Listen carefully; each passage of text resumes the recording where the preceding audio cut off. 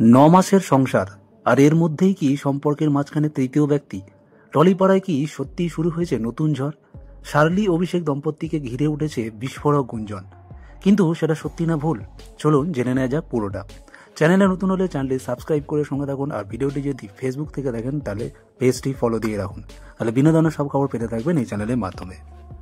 এপ্রিলে চুপি চুপি আইনি বিয়ে করেছিলেন অভিষেক বসু আর শার্লি মোদক। প্রেম থেকে বিয়ে সবটাই করেছিলেন আলোচনার বাইরে, নিজেদের মতো করে, কিন্তু তাও রেহাই নেই।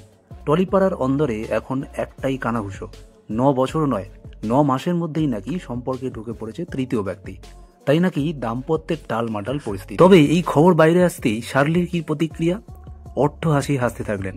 তিনি বললেন, এইসব শুনলে আমরা হাসাহাসি করি, এমন কিছু হলে তো আমরা আগেই জানতাম। গুজব নিয়ে মোটেই মাথা ঘামাই না। অভিষেকের ফুলকি ধারাবাহিক শেষ হলেও শার্লি এখন ব্যস্ত তুই আমার হিরোর শুটিংয়ে, তাই দম্পতির ঘুরতে যাওয়ার সময় মেলে না। সবে দিদির বিয়েতে মেতে উঠেছিলেন দুজন, এখন রয়েছেন অভিষেকের মামার বাড়িতে, পুরোপুরি ফ্যামিলি টাইমে। তাই বিচ্ছেদ বা অশান্তির সব খবরই স্রেফ রটনা, এটাই বললেন শার্লি। গুজব উড়ে আসে আবার মিলিয়ে যায়, কিন্তু সম্পর্ক টিকে থাকে বিশ্বাসে। শার্লি অভিষেকের মতো তারকা দম্পতির ব্যক্তিগত জীবন নিয়ে যতই ফিসফাস হোক, শেষ কথা কিন্তু তারাই বলবেন। ভিডিওটি আছে এই পর্যন্ত। ভিডিওটি ভালো লাগলে লাইক করুন, শেয়ার করুন, আর চ্যানেলে নতুন হলে চ্যানেলটি সাবস্ক্রাইব করে সঙ্গে থাকুন।